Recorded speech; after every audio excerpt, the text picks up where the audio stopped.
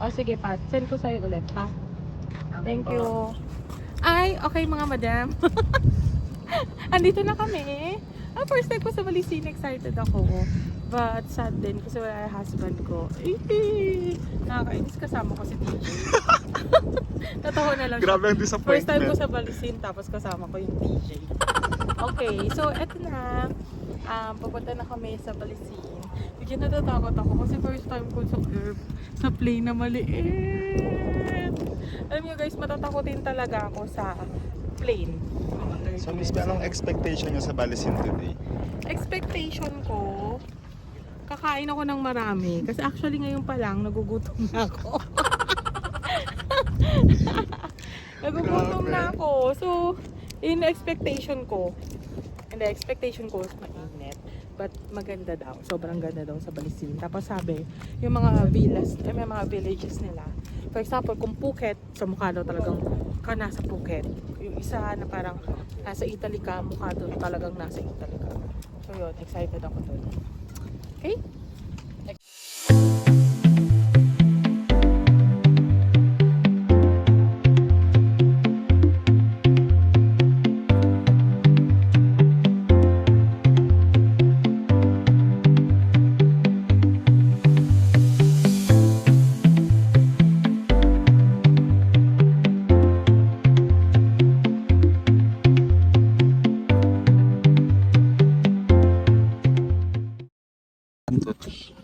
Yan, kakalan lang namin dito sa Balisin, Diyos ko. Medyo hindi ako nakakahinga ha, kasi takot na takot talaga ako sa eroplanong maliliit. Actually, kahit malalaking eroplano, hindi talaga, kahit mag business class ako, hindi ako makatulog. Takot na takot ako sa turbulence. So, ang galing ng captain namin. Thank you so much for making us landed safe. Yan, so ito na. Ang saya pala dito, no? As in, katabing-katabi lang nila yung airport, no? Tapos ito na, Balisin na, pakita mo. Ayan na, ang welcome center nila. Bongga. Okay, picture naman ako. Ayan, so guys, diretso na kami. Pinapapunta ko na si V and Kong dun sa clubhouse. Ito na, ito mismo. Bihis na kami. Diretso na kami ng shoot. So in 10 minutes ka, dapat nakakapag-shoot na kami. Anyway, we have to make sure na we'll be finished by 1 o'clock PM for the first layout. Tapos, lunch na kami.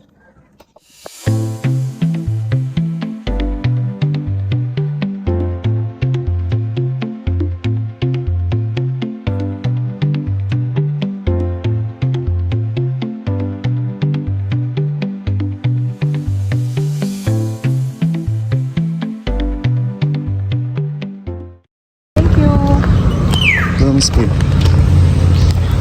Nag-uumpisa pa lang, napapagod na ako.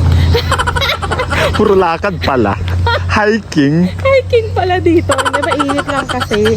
Pero kung malamig ang panahon, kahit 10 km lakaran, okay lang sa akin. Maraming puno, Miss P. Para pampapayat. Thank you, TJ.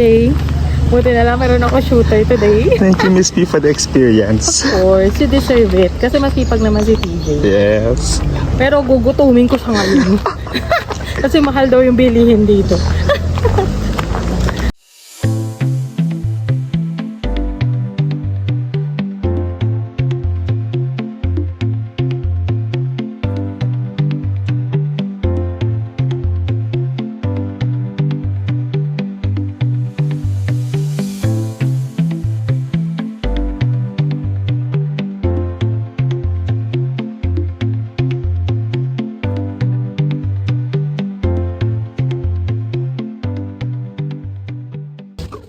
Nandito kami sa first layout location namin, which is in Toscana.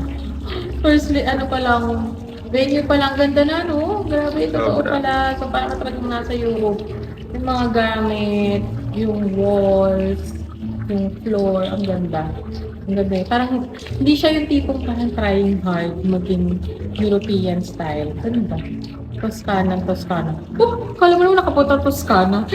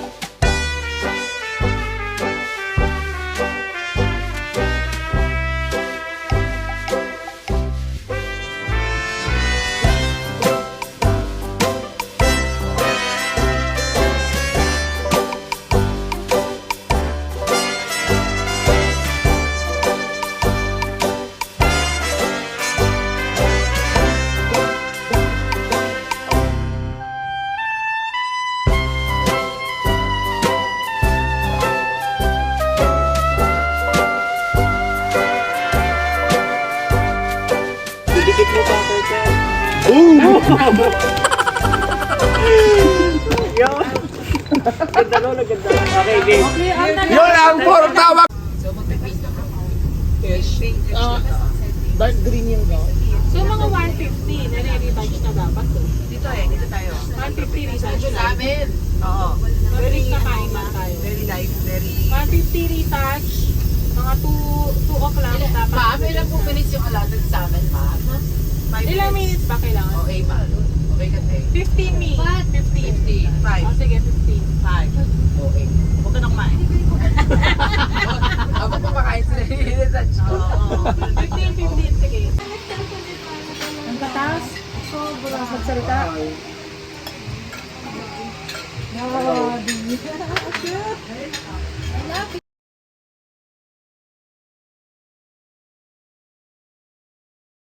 Second layout na kami. So, dito kami sa Saint-Tropez.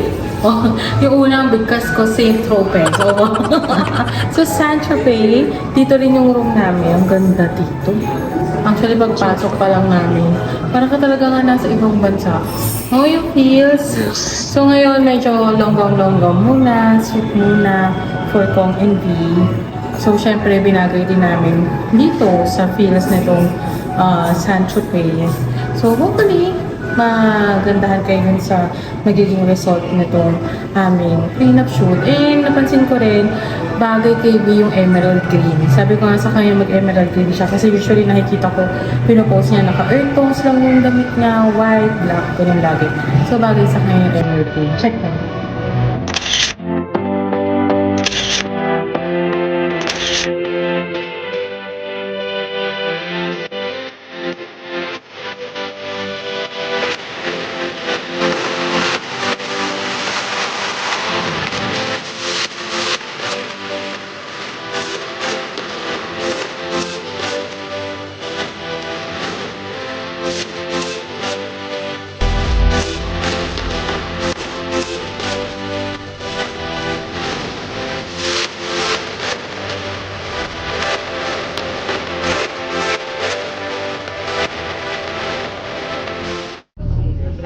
Papunta na kami ng Royal Villa. Thank you so much to Madam Charis for making this happen, ang Royal Villa. So, hindi siya... Oh yeah, correct. Hindi kasi dapat kasama talaga yung Royal Villa. Napakiusapan lang. Yay, exciting! Welcome to Royal Villa! Very hard evangelist ang thing. Thank you so much, Charis, for making it happen. Sabi ko nga, part owner na talaga siya ng Balisini. Ang ganda, ganda dito. Tara guys, pakita ko sa inyo. Ito na yung third layout namin. Bongga!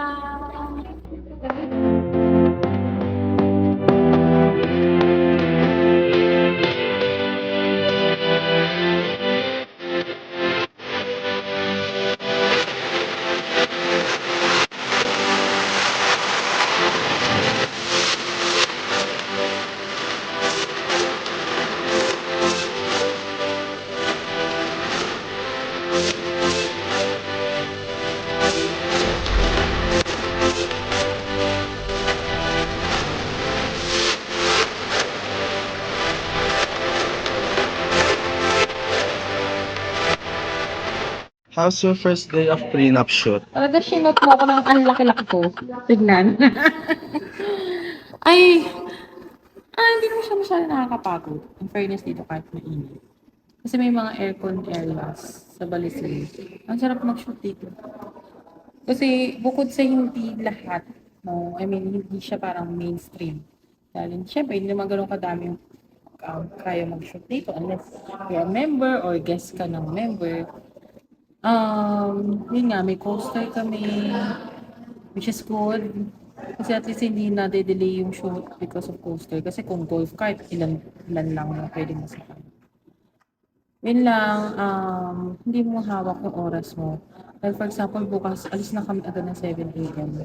So, nagkaroon kami ng plan A, plan B, ganyan. So, may matitira pa rin naman natin sa team.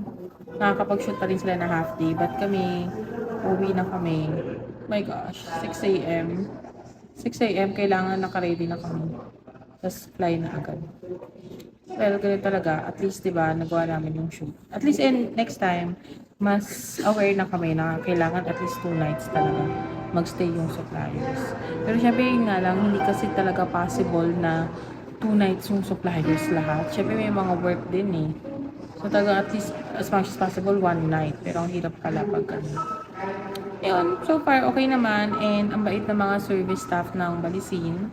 Automatic, meron sila agad cold water. Ganyan, binibigyan nila agad kami. So, hindi siya nakakapagod. Yan, tapos bukas lahat ng aircon. Ilang aircon to. Na binuksan nila para sa atin. So, thank you, Balisin.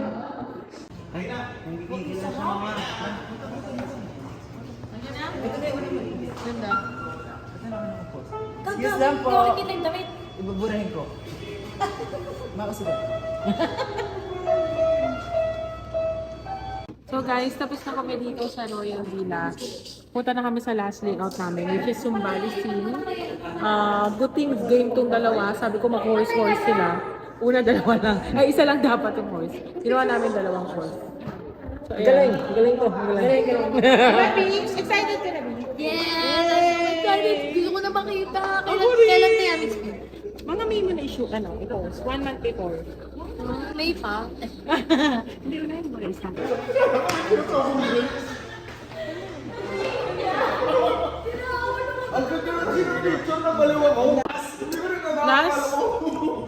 Last and final layout for today. Pero meron pa tomorrow. Makain na ako. Nagugutom na ako. So, ito yung mga horsey-horsey. So, ang galing na nice print. Meron na siya mga edited photos. Yabang din niya si Chelsea. Meron na agad. Thank you, nice print. So, let's go na. Pakita na natin yung sexy poses nila tonight. Ay, today pala. Legit talaga. Babe, suluhan mo na rin. Ibidyo ko siya. Yung para yung gati natin, yung lumilipad. Kasi wala pa tayong ganun yung may ganyan. White, oo. Yung ginaganong-ganon sa likod. Tsaka nakahiga. Big, tsaka nakahiga kayo dalawa. O yung nakahiga kami. Asa yate? Sige po, Mga laplap. Magyaka na lang tayo pa uwi. O pwede kaya? Magkano kaya yan? Pwede yun. Mga ilan yung mga 5 days? Hindi, you should. Ay, dahil saan yan?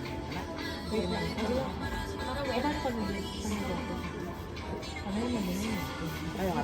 Magkano ba na yan? Di ma'am. Relax lang. Hawak ko dito. Hindi makakuha yan. Hawak ko dito.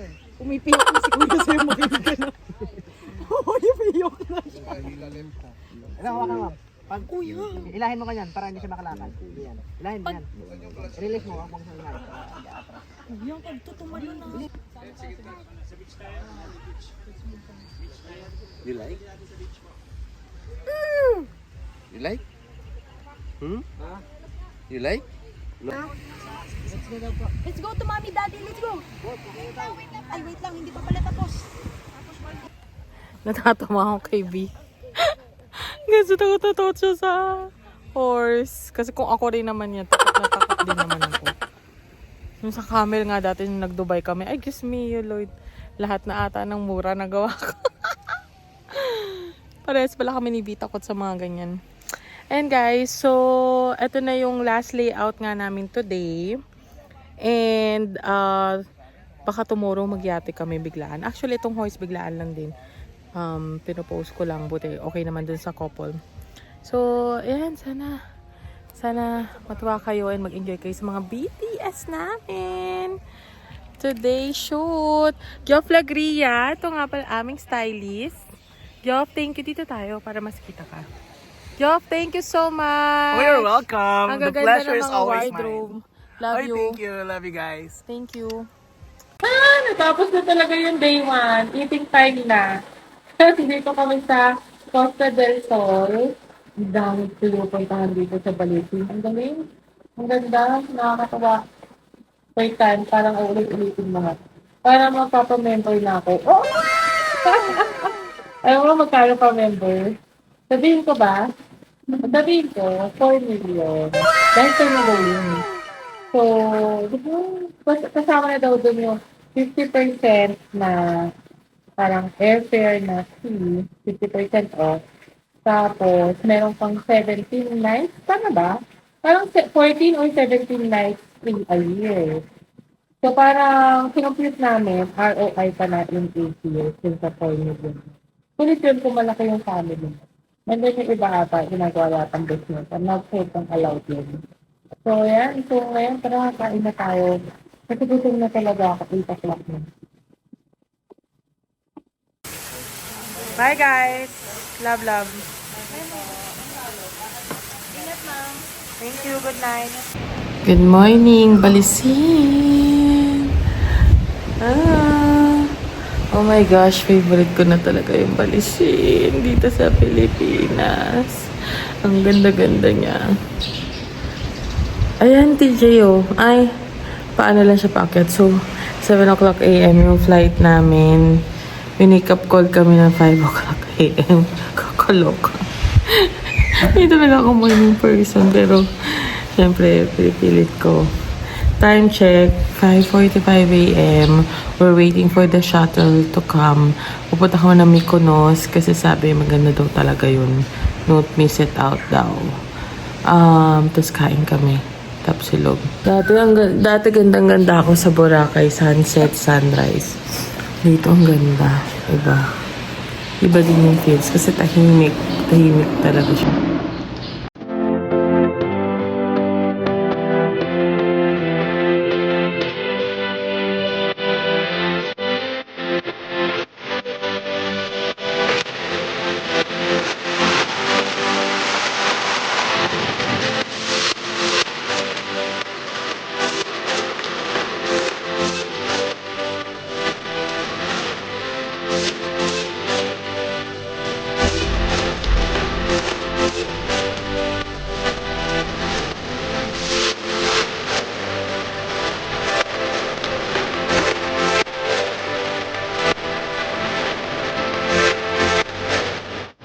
So guys, ayan. So sana nag-enjoy kayo sa mini tour nyo dito sa Balisin. Ngayon, today, yung errands ko. Buti na lang din, maaga yung flight kasi may event akong pupuntahan later. And I have 2 meetings. Ayan. So meeting ko, isa sa meeting ko today, Zainab Bia's 3rd birthday. And so okay din na maaga, pero sobrang aga naman din talaga. At 7 o'clock a.m. And guys, so extra na ako. Thank you so much everyone for watching. I hope you enjoy my vlog today. Bye!